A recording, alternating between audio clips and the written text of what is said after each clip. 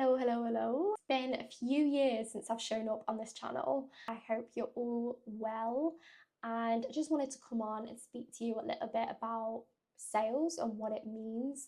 As you know, if you've watched my earlier YouTube videos, I have been in sales for the best part of almost 4 years now. In low ticket, direct to consumer, I've done a little bit of B2B, but mostly my experience has been in high ticket for other businesses as well as my own business, COA Investments, selling property investments. I've sold high ticket fitness coaching, and I'm really proud to say over the last few years, altogether across everything of my own business, I have generated over 6 figures through closing, and I feel like I've got a little bit of experience and some stories, tales to share. So I thought, why not put it in one place? And if it's helpful, welcome to the channel. But this will be a very different style of video, very chatty and just raw, unscripted, completely unscripted thoughts from my head. So if you do want more of this style, then have a watch to find out. And let's go. Sales. Otherwise, what's been known as one of the largest male-dominated industries of our entire lifetime. Ever since money bags were exchanged in ancient Greece and Rome for items of value that could help somebody perform a task, a function for their working day, right down to the modern 21st century of 2025, where sales is taking place everywhere. You are selling without you even realizing it all the time. In fact, you're probably being sold to more than ever nowadays with social media, with the likes of the news, the films that you watch, Netflix, all sorts. Every single place, everywhere you are being sold to.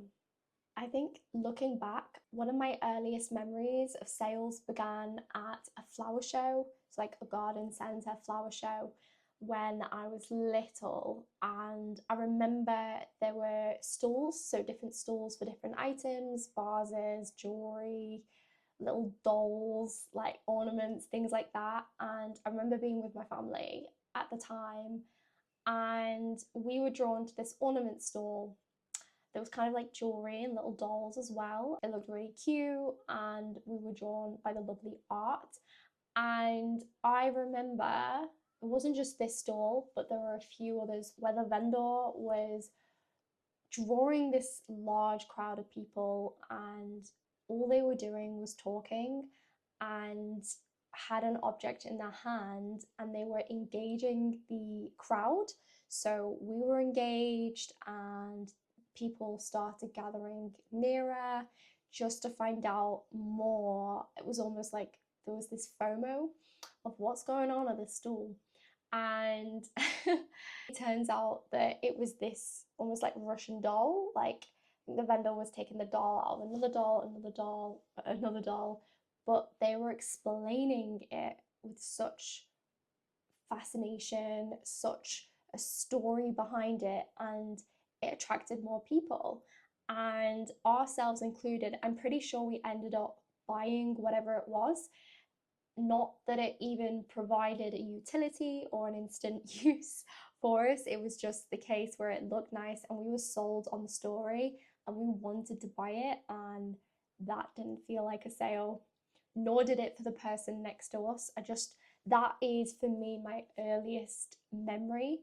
However, it's funny because while sales is and always has been a very male, masculine centric society, industry, whatever you want to call it, the memory that I have right there, I don't necessarily attach to being super masculine. In fact, if anything, I draw storytelling, I draw how to draw an audience in, how to build anticipation, how to create an experience and use that to transfer energy and emotion and excitement to other people that will affect them in some way, shape, or form. So, of course, being, I must have been like 5 or 6 years old, but carrying this little Russian doll and the ornaments, I was quite happy to have taken that little part of the story with me home because I could remember, oh,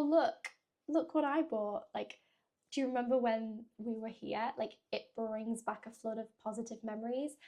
And I just wanted to open this little discussion up about what sales means, and does it truly have to be perceived as pushy, as something that's super overpowering for people, something that is, and I'm not saying that because it's often known as a male dominated industry that it has to be super pushy. However, that from my experience has been what a lot of people have told me, what a lot of their experiences have been.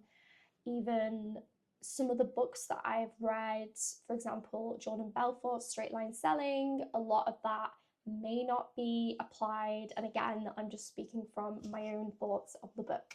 So if you have other views, please feel free to open that up in the discussion in the comments about it. But I just feel like sales is what you make it. And it's such an incredible device whereby if used properly and if you are truly showing up to serve and tell the stories and transfer the impact for the other person to achieve that result, then you are doing something truly magical, and the other person or the crowd will feel that, just like I did when we ended up buying that Russian doll from the flower show. Because sales is what you make it, and I'd argue that it doesn't have to be icky or forceful or pushy. Another observation that I've made over the last few years of being in business is seeing that everyone has their own different perceptions of what sales is and what it means, and that affects how they show up for themselves, but also for their clients, for potential customers as well. At the end of the day, I've learned that sales is about not just leading the other person in the conversation and how you're trying to help them, but it's also about leading yourself. Because if you can't lead yourself first, how can you lead somebody else? It's a little bit like that analogy with the plane. Are you going to put somebody else's mask on first? Or are you going to put your own on first so that you can then help other people? I say that because in previous sales consultations, calls, meetings I've had with people, they've always given me one thing, and that's been their number one impression of sales that has been left on them. And interestingly, surprisingly, it's not too different from the other person's. And that is that sales always has been a very high pressured environment. It's something that people are turned off by. It's not something that people really want to entertain.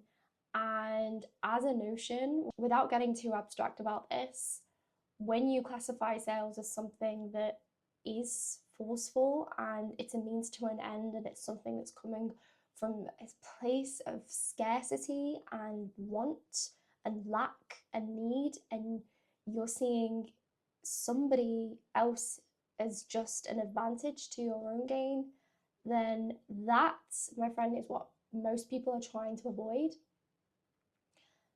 That's not how I define sales. Instead, by actually thinking about it the other way around, as sales is merely a label, you can call it whatever you want. The transferal of belief, the transferal of energy, the transferal of value in exchange for value.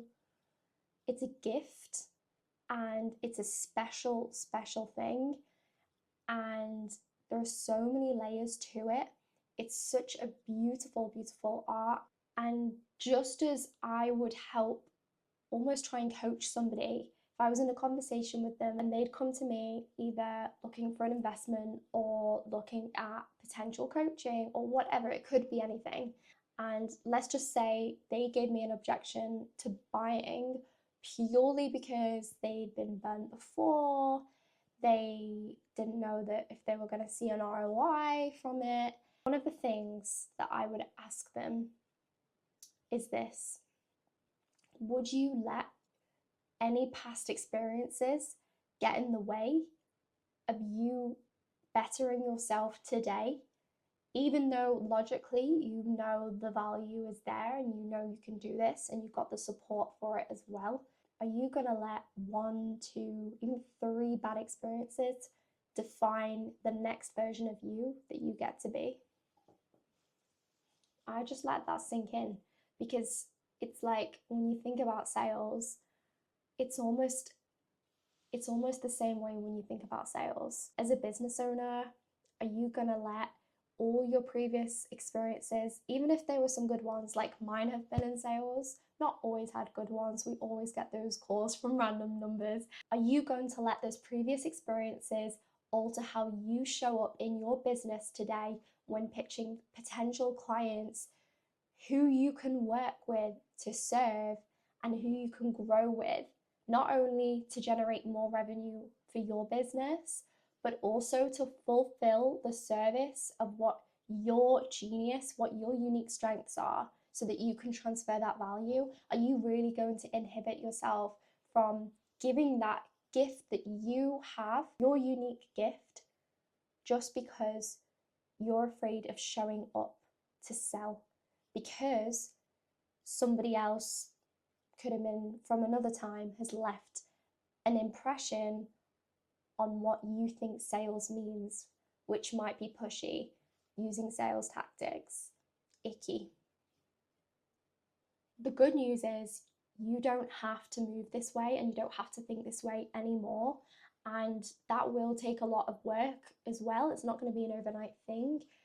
It's going to require change in mindset in order to show up differently and change your perception on what sales is. But if you can just see the other side of the coin and why actually sales is a good thing, it's what makes the world go round. Our whole economy, everything is driven by sales, whether that's monetary, whether that's in conversation, whether that is your child selling you on wanting an ice cream or wanting a doggy, I don't know. But we are always being sold to. And as long as you can embrace that and understand that it's a normal thing and it's not this weird, clunky, pushy idea that we have all contributed to this narrative of, then it's okay. And you aren't going to come off as pushy. In fact, you can own what sales means and start redefining it today by changing your mindset and showing up differently and purely showing up to serve as opposed to looking for the money. Anyways, I hope you enjoyed this rather chatty, rather abstract video about sales, very different to my usual content. If you do like more of this, or if you have any suggestions for anything, let me know. Otherwise, I will be dipping my toes into different styles, so looking at objections and selling, particularly as a female. Ultimately, my aim is to redefine what sales means for females. As a female who has been through absolutely all sorts, from being told F off, cold calls, like even in the street I've been told F off, like when I used to sell guides in Cambridge, right to property investment where I'm told like, yeah, I'll look for other options, all sorts.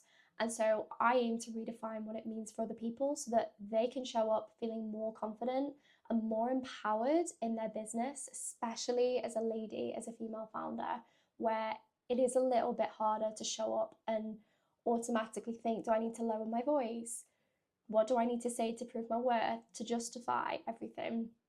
So if you're watching this and you're a female founder, you're thinking about business, or you just want to learn more about sales, then definitely this channel will be for you. And have a look at my Instagram as well, where I've got a lot of short form about objection handling and all sorts like that.